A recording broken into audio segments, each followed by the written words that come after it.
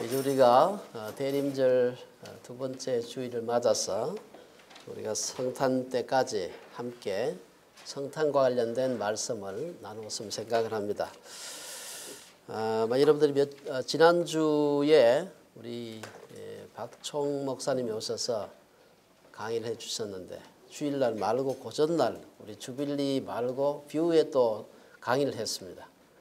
그때 그 소개했던 수도원 삶에 대한 얘기를 했는데 그때 소개했던 수도원이 베네딕트 수도원이라는 걸 소개를 했습니다.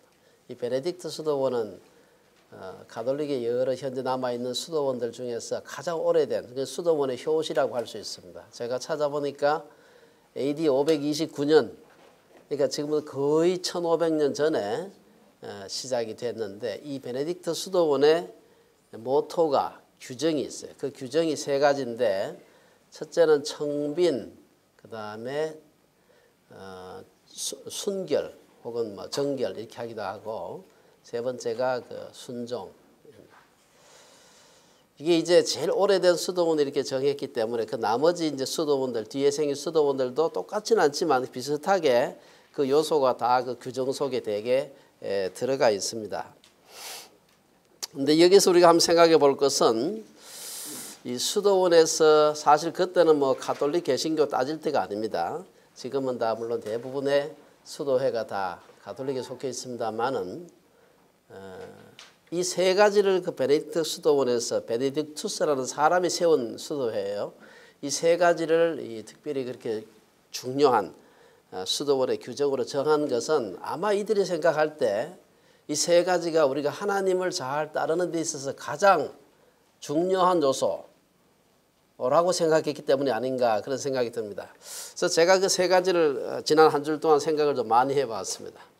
근데 사실은 전에부터 말하고 있는 얘기긴 한데 청빈, 정결, 순종 이 중에 청빈, 가난하다 하는 것은 가난한 것은 그럼 부유한 것은 죄냐 이렇게 말하면은 꼭 그렇게 얘기할 수가 없습니다.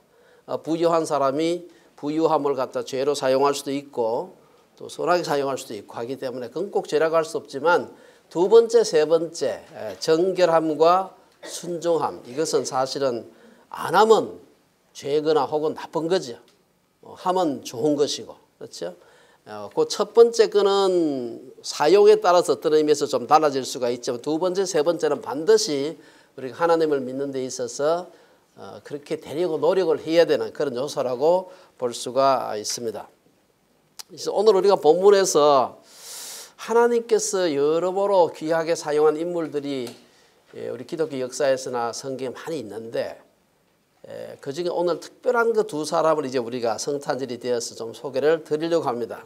우리 역사를 살펴보면은 하나님께서 천국 복음을 위해서 크게 사용한 분들이 많이 있습니다. 우리가 크다는 말은 이제 외형적으로 지금까지 우리가 이름도 알고 있고 우리 흔히 말해서 소위 위인이라고 하는 분들이 굉장히 많이 있습니다. 성경에 보면 구약에서부터 아브라함이라든지 모세라든지 다윗이나 엘리야, 다니엘 이런 인물 신약에 와서 베드로라든지 바울이라든지 또 우리가 성경 시대를 지나가지고 초대교회에 쭉 지나오면서 훌륭한 인물들이 굉장히 많이 있습니다만은 이들이 모두가 다 하나님을 위해서 큰 일을 행했다.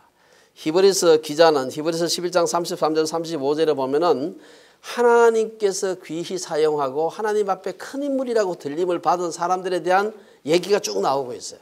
제가 지금 말씀드린 거 몇몇 인물도 들어가는데 이게 보면은 그들은 믿음으로 나라들을 이기기도 하며 의를 행하기도 하며 약속을 받기도 하며 사자들의 입을 막기도 하며 등등등등 끝에 가면은 더 좋은 부활을 얻고자 하여 심한 고문을 받되 구차히 풀려나기를 원하지 아니하였으며 사실 우리 교회에서나 혹은 성경 역사에서 훌륭한 사람들이 굉장히 많이 있습니다.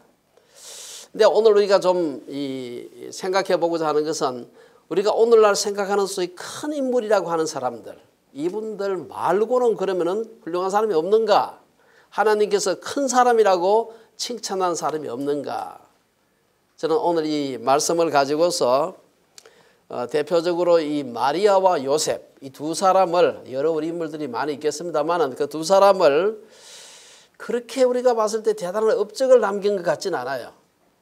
뭐 대단히 무슨 뭐 큰 교회당을 지었다거나 뭐 대통령을 했다거나 대단한 모세처럼 뭐 출애굽의 역사를 했다거나 이런 건 아닌데도 불구하고 하나님께서 굉장히 놀랍게 들어쓴 사람들이 많다.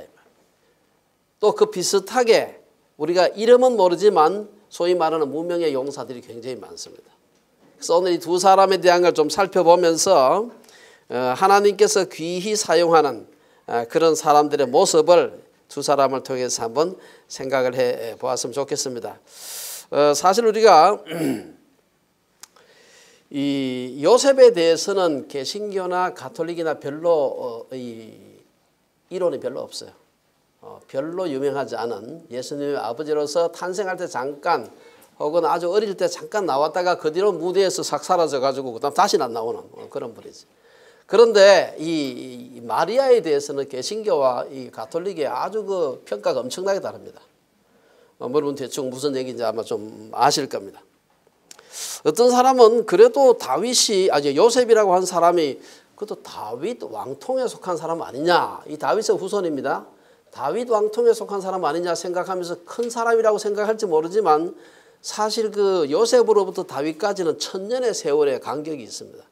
그러니까 다윗은 BC 한 1000년경 사람이고 요셉은 거의 AD 원년 비슷한 그때 사람이기만 1000년의 간격이 있어요. 그 말은 여러분 생각해 보세요. 오늘 한국의 성씨가 제일 많은 게 김이박인데 김이박이 다 왕씨입니다. 그렇죠? 예, 왕씨입니다.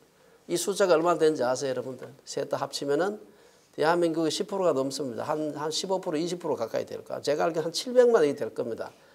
여기도 많이 계실 겁니다, 아마. 근데 내가 왕씨 자손이다 하고 굉장한 자부심을 갖는 분이 제가 알기로는 거의 없는 걸로 알고 있어요.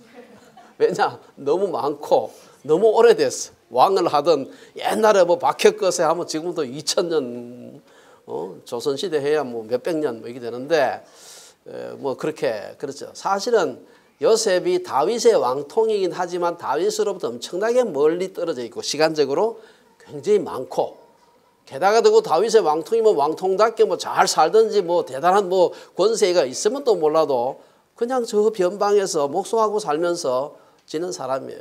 이 생각하면은 요셉이 평범한 인물이었다는 것은 뭐 누가 보더라도 뭐 부인할 수가 없다 이렇게 볼 수가 있습니다만은 그러나 요셉과는 달리 마리아는 아까 말씀드린 대로 개신교와 가톨릭에서 굉장히 그 견해가 다릅니다. 이 중세 가톨릭에서는 마리아는 죄가 없고 영원한 동정녀다. 뭐 하늘의 여왕이다. 뭐 예수님과 더불어 기도를 받는 대상이다. 그리고 마리아는 지금도 수많은 기적을 일으킨 분이고 일으키고 있고 경배와 예배의 대상이다. 그리고 지금도 세계 도처에서 기적을 일으키고 현현하고 나타나고 그런 놀라운 역사를 일으키는 분이다. 이렇게 얘기를 하는데 개신교에서는 전혀 그렇게 생각을 하지 않습니다. 어떻게 같은 성경을 보고 같은 성경에 있는 인물에 대한 평가인데 이렇게 다를 수가 있을까? 그래서 오늘 우리가 첫 번째 마리아는 누구고 요셉은 누구고 그들이 어떻게 해서 하나님 앞에 무명한 것 같으면서도 하나님이 귀히 쓴 그런 큰 그릇이 되었는가 하는 생각을 해보겠습니다. 첫째 우리가 마리아가 도대체 누굴까? 오늘 본문에 있는 말씀 가지고 살펴보면은 마리아가 아마 예수님을 잉태했을 때는 정확하게는 잘 모르지만 아마 15살에서 20살 그 사이 정도 되지 않았겠나 생각을 합니다. 첫째는 굉장히 겸손한 여자였다. 요새 생각하면 15살, 20살은 당연히 어린 나이입니다. 그런데도 불구하고 굉장히 겸손한 것을 볼 수가 있습니다. 흔히 우리가 마리아 찬가라고 부르는 매그니카트죠. 거기 보면은 마리아가 그 자기 스스로를 비천한 계집종이다 이렇게 부르는 게 나옵니다. 누가복음 1장 48절에 보면 그의 여종의 비천함을 돌보셨습니다. 보라 이제 후로는 만세의 날을 복이 있다 일컬으리라.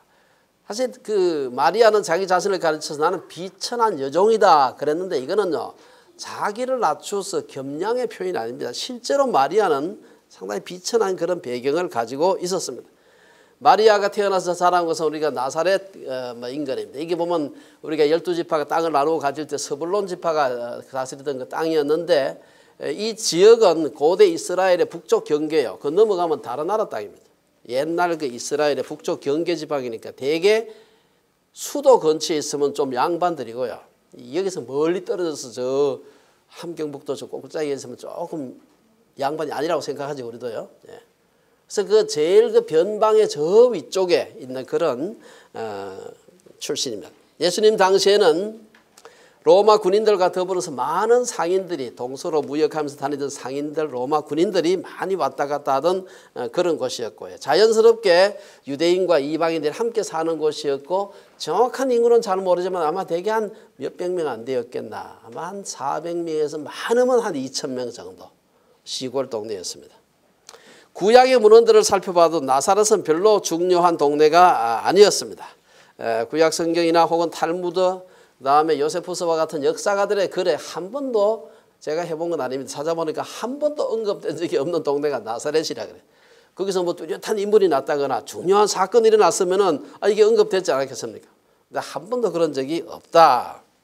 그러니까 예수님께서 공생애를 시작하실 때에 나다나엘이라고 하는 제자가 예수님이 나사렛 출신이라 그러니까 아니 나사렛에서 무슨 선한 것이 날 수 있는데 하고 빈정거렸던 걸 우리가 기억을 하고 있습니다.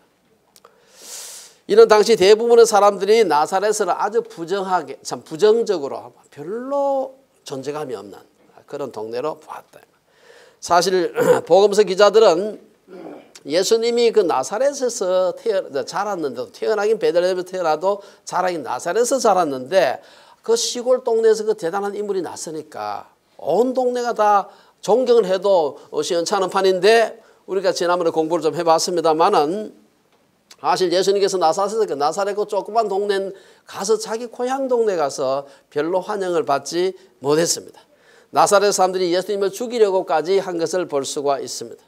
사실 그 보니까 나사렛은 당시에 팔레스타인에서 집값도 아주 쌌고요, 범죄율도 아주 높았고, 요새 여기 같은 저쪽에 어디 이스트 밴쿠버 정도 아마 되는가, 그 동네 가면 여러분들 좀 어시시합니다.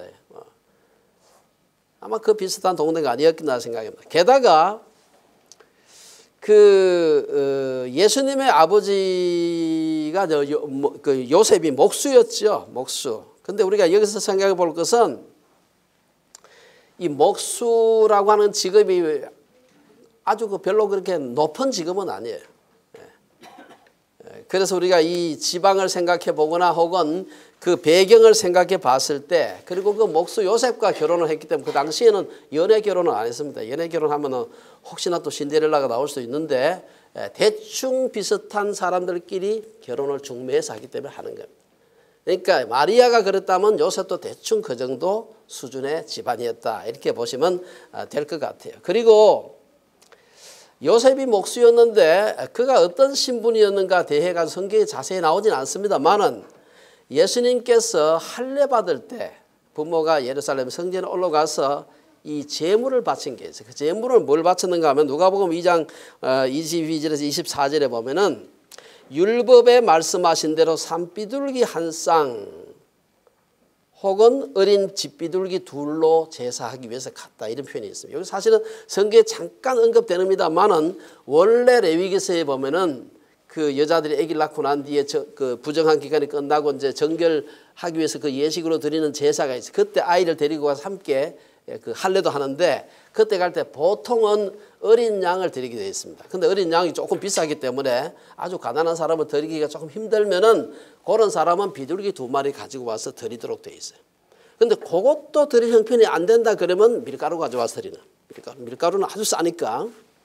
여기서 보면은 밀가루가 아니고 그래도 비둘기 2마리 가지고 와서 드릴 정도 된 거 보니까 아주 가난한 건 아니었지만 그러나 상당히 가난했다, 이렇게 볼 수가 있습니다.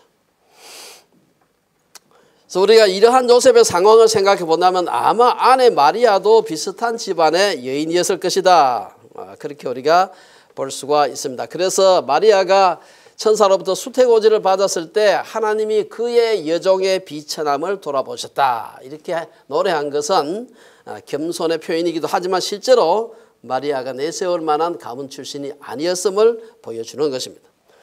그래서 두 번째, 마리아는 역시 구원이 필요한 죄인이었다. 누가복음 1장 46절 47절에 보면 그 비슷한 얘기가 나옵니다. 이것은 소위 그 가톨릭에서는 원죄 없는 잉태, 영어로는 immaculate conception 해가지고 마리아는 마리아는 죄가 없었다. 왜 죄가 없냐 하면 없어야 된다. 왜? 그의 몸을 통해서 태어난 예수님이 죄가 없는 분이기 때문에 죄가 없는 분이 어떻게 죄가 있는 여자의 그 몸을 통해서 태어날 수 있느냐. 이래가지고 마리아는 예수님 때문에 죄가 없어야 된다. 까꿀로. 마리아는 죄가 없다. 근데 이런 주장이 무슨 문제가 생기겠어요? 금방 문제가 생깁니다. 무슨 문제가 생기느냐. 마리아가 역시 죄가 없다고 하면 마리아는 누구한테 태어났습니까? 하늘에서 떨어졌나요? 마리아가 죄가 없으려면 마리아를 낳은 부모님도 죄가 없어야 돼요. 그렇죠? 엄마도 없어야 되고 아버지도 없어야 되면 이건 부부 사이에 태어났기 때문에 그러면 그 엄마 아버지가 죄가 없으면 그 위에 조상 조부모 또 있을 거 아니에요. 외조부모 친부모 이렇게 해가지고 그러면 죄가 다 없어야 됩니다. 그래야 되지 독야청청한 사람은 죄가 없을 수가 없어요. 그래서 이거는 금방 논리적인 문제가 생기는 것입니다. 이상한 그 결론에 이르게 된다. 그래서 우리가 마리아 찬가를 다시 한번 보게 되면은 누가복음 1장 46절 그 이하인데요. 내 영혼이 주를 찬양하며 내 마음이 하나님 내 구주를 기뻐하였다. 이렇게 되어 있습니다. 여기 보면은 마리아가 노래하는데 하나님 내 구주, my savior, 내 구주다. 내 구주다 하는 것은 나를 구원하실 구주가 필요하다는 것을 암시하고 있는 거예요. 예수님은 그럴 필요가 없는 분입니다. 예수님 말씀하신 중에 한 번도 자기가 구주라는 말은 내 구주가 필요하다 뭐 그런 얘기가 나오지 않습니다. 예수님은 구주가 필요 없지만 마리아는 구주가 필요한 우리와 동일한 죄인이었음을 드러낸다. 세 번째, 마리아는 하나님의 은혜를 받은 여인이다. 누가복음 1장 28절 30절에 보면 여기 나옵니다. 여기 보면은 28절에서 천사가 마리아를 찾아가서 이르기를 은혜를 받은 자의 평안할지어다. 주께서 너와 함께 하시도다. 요걸 갖다가 가톨릭에서 또 조금 다르게 번역을 합니다. 가톨릭에서 사용하는 공동 번역인데 거기 보면은 은총을 가득히 받던 자여 기뻐하여라. 주께서 너와 함께 계신다. 이렇게 번역하고 있어요. 비슷한 것 같죠? 다시 한번 읽을게요. 우리가 성경에는 보면은 은혜를 받은 자여 평안할지어다. 주께서 너와 함께 하시도다. 하고 우리 성경에 있는 겁니다. 개정에 그 다음에 공동 번역에서 은총을 가득히 받은 이여 기뻐하여라. 주께서 너와 함께 계신다.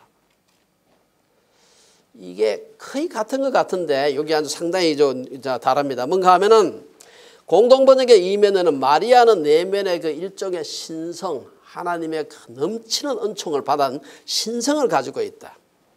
그래서 마리아는 자기 속에 그런 은총이 가득 차 있기 때문에 남에게 나누어 줄 수 있는 사람이라는 것이 전제되어 있습니다.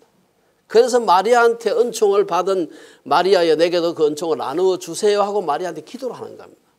그런데 우리가 여기서 조금 기억해야 될 것은 우리말로 은혜 혹은 은총을 받았다고 할 때 받는다는 말이 이게 수동태 동사입니다.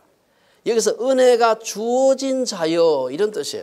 은혜를 받은 자여 하니까 받아가지고 잔뜩 넣어놓고 마치 그 할아버지가 뭐 세배 오면 애들한테 하나씩 먹고 사탕 주듯이 그렇게 줄 수 있는 게 아니고 주어진 자라 이 말. 주어진 자다. 저축해놓고 나눠줄 수 있는 그런 존재가 아니라는 것입니다. 이것은 마리아가 하나님으로부터 은혜를 받았다는 의미이지 마리아가 은혜를 남에게 나누어 줄 수 있는 존재가 아니라는 뜻입니다. 동일한 말이 이어지는 누가복음 1장 30절에도 나옵니다. 천사가 이르되 마리아여 무서워하지 말라 내가 하나님께 은혜를 입었느니라. 마리아는 하나님의 특별한 은혜를 받기 위해 하나님에 의해서 선택받은 사람이라는 의미인데 특별한 은혜가 뭐냐? 말할 필요도 없이 메시아를 수태하는 그런 은혜를 말하는 것입니다. 이 특별한 은혜는 사실은 그 성경에서 사용할 때 은혜란 말이 갖는 의미를 생각해 본다면 뜻이 아주 분명합니다. 성경에서 은혜란 말은 받는 자의 공덕에 관계없이 주어지는 것이다. 내가 뭘 특별히 뭐 공이 많아가지고 그 공이 많으니까 뭐 주는 게 아니라 그거는 이제 좀 다른 그 보상이죠. 일종의 상급이죠. 그건. 즉 마리아도 우리와 같은 죄인이지만 하나님이 자기의 뜻대로 그에게 은혜를 베풀기 위해서 한 여인을 선택했다는 겁니다. 네 번째, 마리아는 하나님께 순종하는 여인이었다. 마태복음 1장 18절 19절 누가복음 1장 38절에 그 얘기가 나와 있습니다. 천사가 찾아와서 수태고지를 했을 때 마리아가 뭐라 그랬습니까? 주의 여종이오니 말씀대로 내게 이루어지이다. 사실 이것은 엄청난 희생을 동반하는 그러한 순종입니다. 마리아는 예수님을 임신함으로써 복을 많이 받을 것 같았는데 예수님을 임신함으로 인해서 굉장히 고통을 많이 당합니다. 우리가 그냥 봤을 때는 우선에 결혼도 안 하고 아기를 뵀으니까 얼마나 주변에 눈총이 많았겠습니까?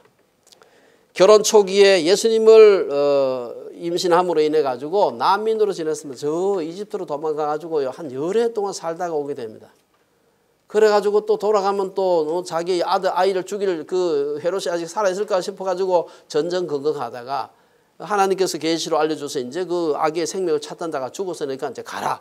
이렇게 해서 돌아오게 됩니다. 여러분, 그 이집트 어디 살았는지 정확히 잘 모르겠지만 그 팔레스타인 제일 가까운 데 살아도 이게 그렇게 가까운 거리가 아니에요. 요즘 같으면 차 몇 시간 타고 가면 되지만 그 당시에 걸어가야 되는데 그게 작은 거리가 아닙니다.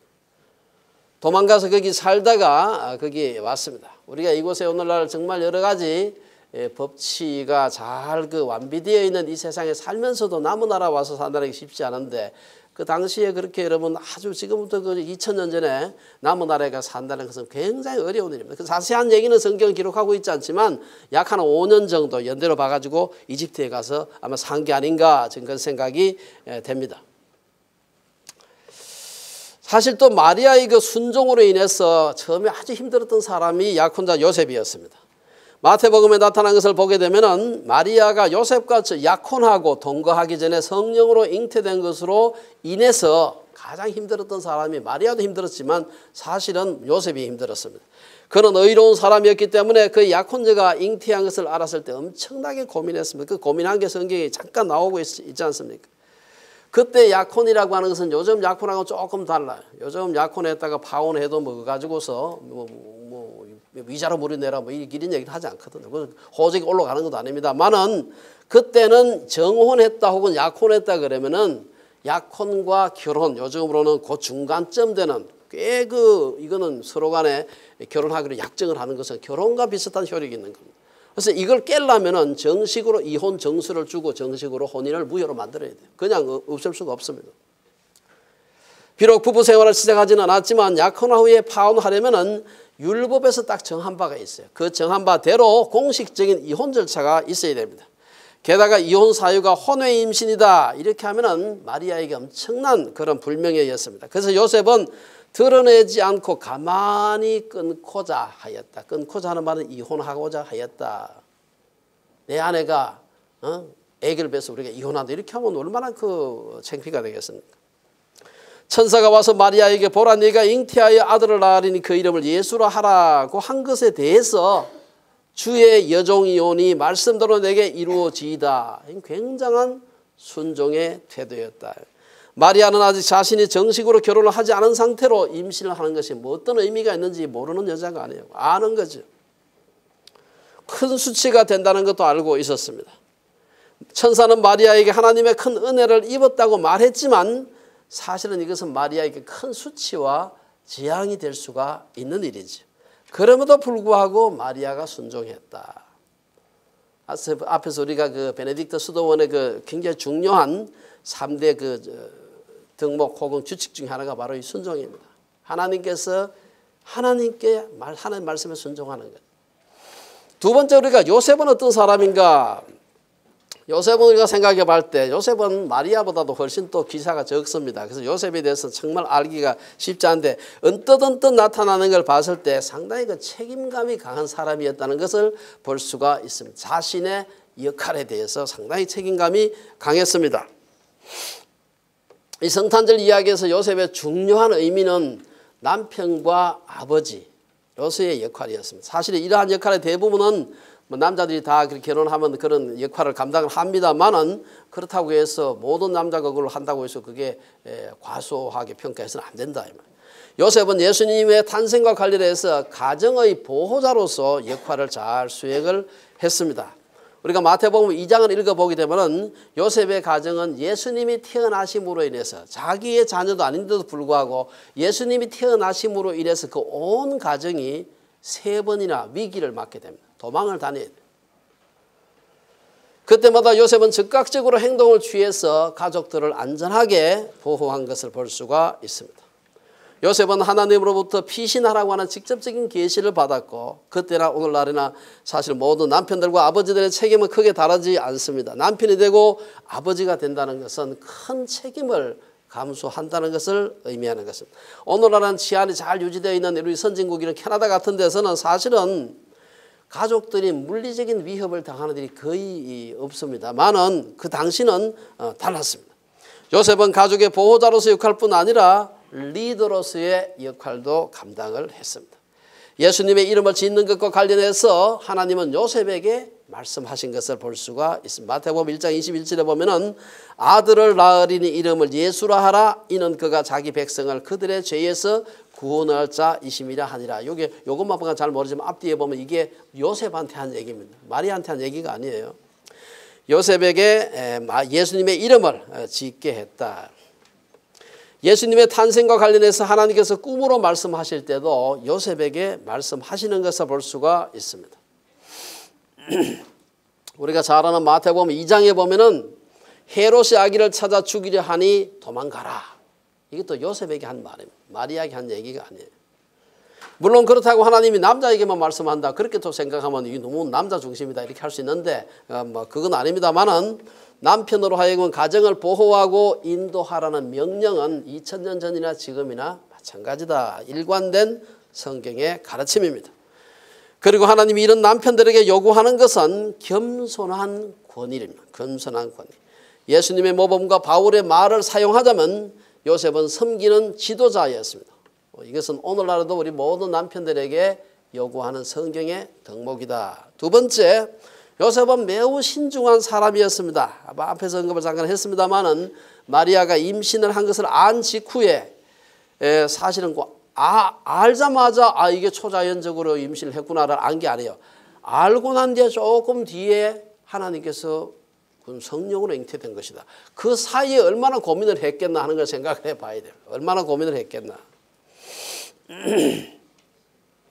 거기 보면 요셉이 그 사이에 요셉의 태도가 성경에 잠깐 나오고 있는데 얼마나 요셉이 신중한 사람이었나 하는 것을 보여주고 있습니다. 마태복음 1장 18절에서 20절에 보면은 예수 그리스도의 나심은 이러하니라. 그의 어머니 마리아가 요셉과 약혼하고 동거하기 전에 성령으로 잉태된 것이 나타났더니 그의 남편 요셉은 의로운 사람이라 그를 드러내지 아니하고 가만히 끊고자 할 때는 아직 몰랐습니다. 이게 초자연적으로 된지를 몰랐어요.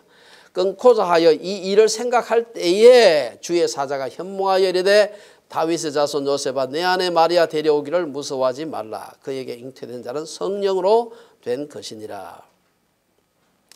요셉은 마리아가 임신한 것을 알았을 때 경노하지 않고 이 일을 생각할 때에 가만히 생각했어요. 어떻게 이런 일이 일어날 수 있을까?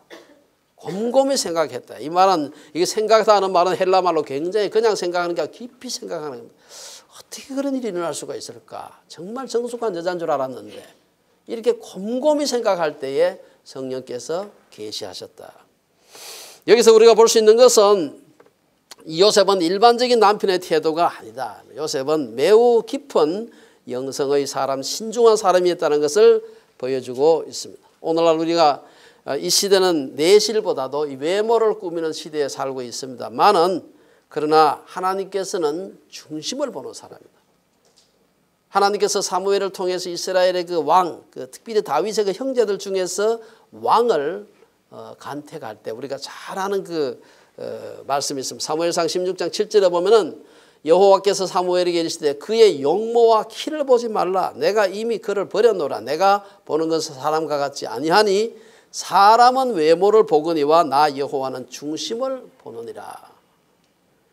요셉은 외모 지상주의 현대인들과는 전혀 달랐습니다. 마리아가 임신했음을 처음 알았을 때 요셉은 사람들이 나를 어떻게 생각할까? 아이고 남편이 어떻게 됐길래 그랬을까? 이렇게 생각하지 않고 도리어 사람들이 마리아에 대해서 어떻게 생각할까? 염려했습니다. 본문은 그의 남편 요셉은 의로운 사람이라 그를 드러내지 아니하고 가만히 끊고자 하여 이렇게 나왔습니다. 만일 요셉이 자기의 불명예 자신의 대한 다른 사람의 평판에만 관심 있는 사람이었다면 아마 다른 행동을 했을 겁니다. 세 번째, 요셉은 신의의 사람이었다. 신의의 사람이었다. 여러분 그 신의가 뭘까? 인테그리티가 뭘까? 윌로우 크릭 교회 그 우리 빌 하이벌스 목사님이 쓴 책이 우리말로 번역이 되어 있습니다. 거기 보면 아무도 본원이 없을 때 당신은 누구인가? 우리말로 번역이 되어 있습니다. IBP에서 나온 책입니다.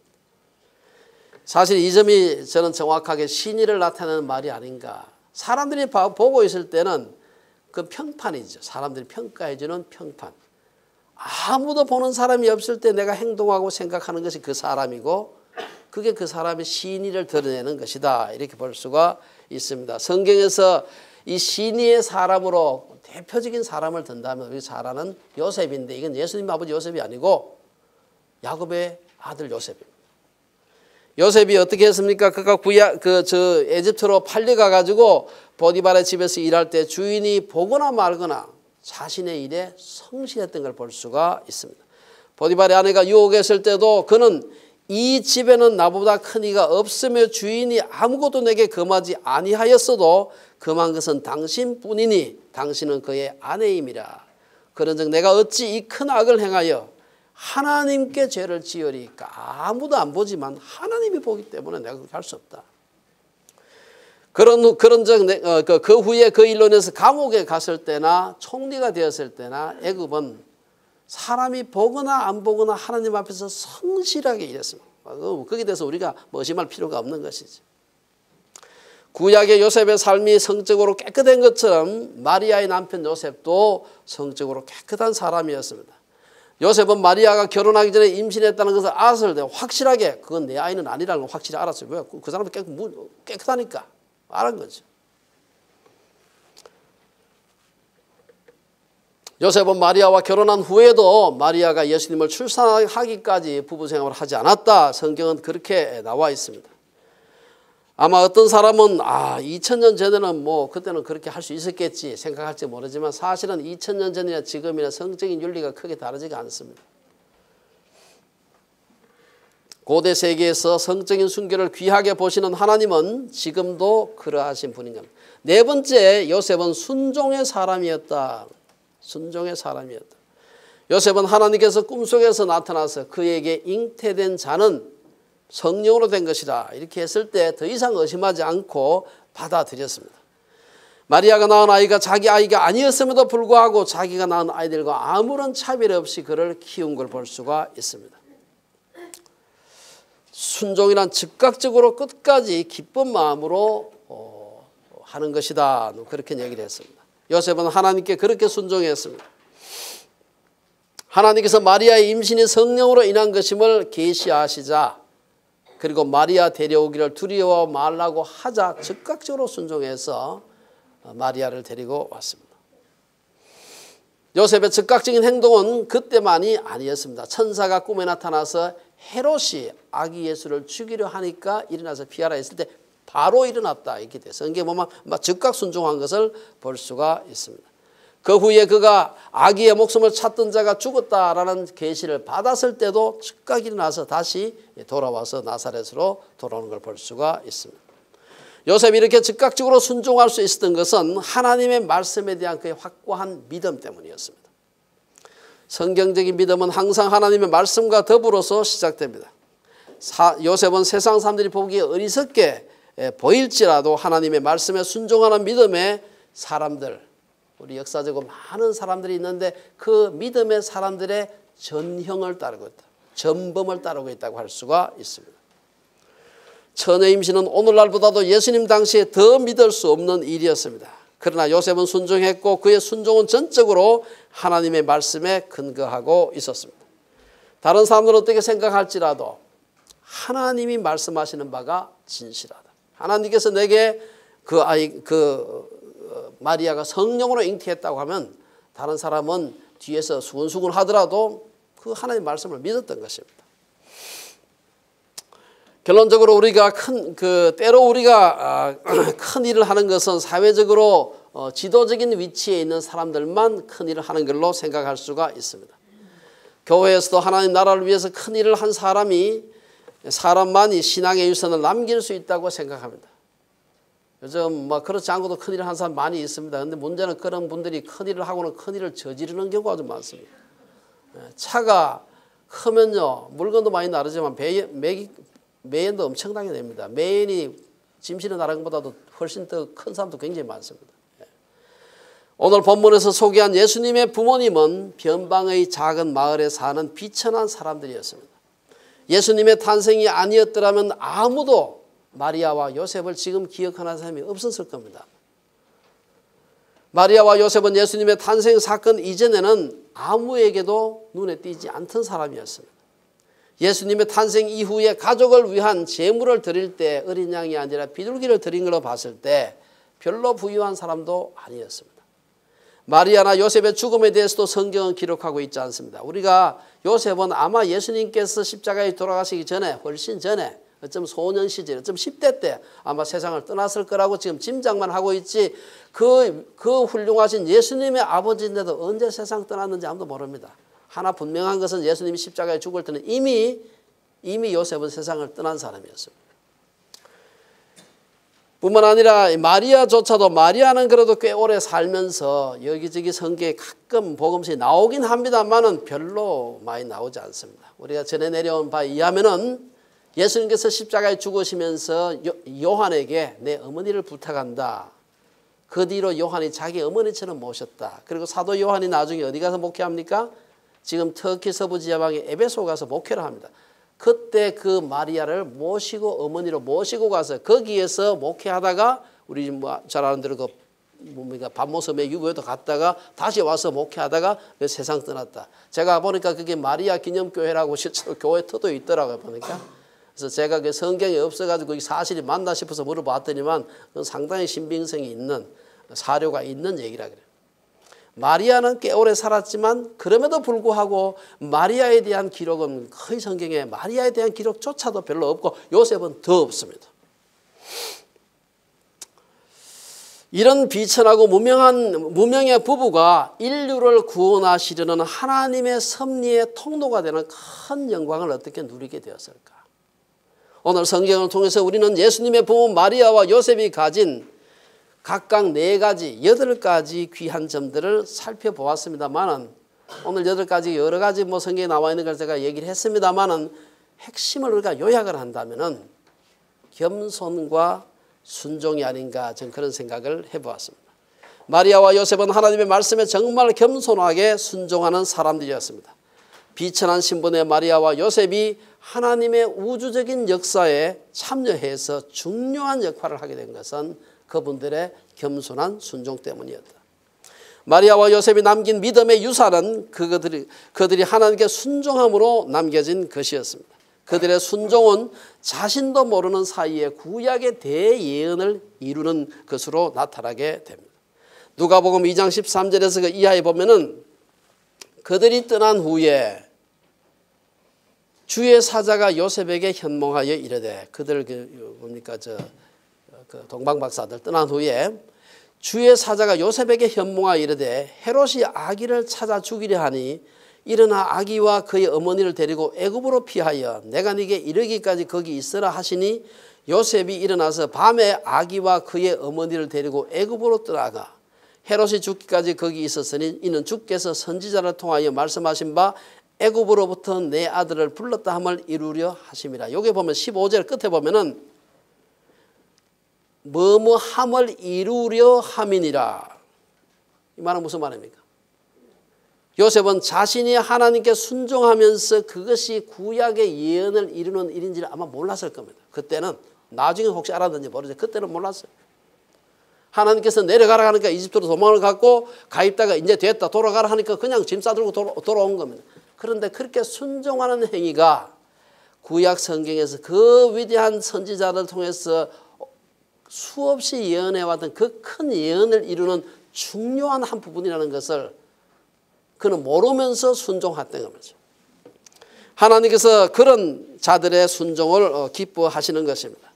오늘도 우리는 하나님께 순종함으로 거룩한 유산을 남길 수 있습니다. 우리에게 특별한 배경이나 대단한 재능이 없다 할지라도 하나님은 마리아와 요셉같이 겸손하게 순종하는 사람들, 그 사람들 택해서 놀라운 변화를 일으키는 것입니다. 실제로 성경에는 그런 사람들의 얘기로 가득 차 있습니다.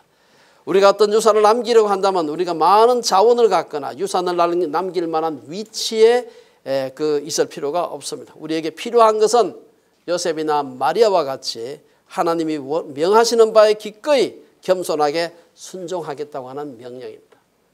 이제 우리가 성탄의 계절을 맞아서 우리 모두 마리아와 요셉과 같이 하나님이 귀하게 사용하시는 그런 통로가 되시는 우리 주빌리 식구들 되시기를 주의 이름으로 축원합니다.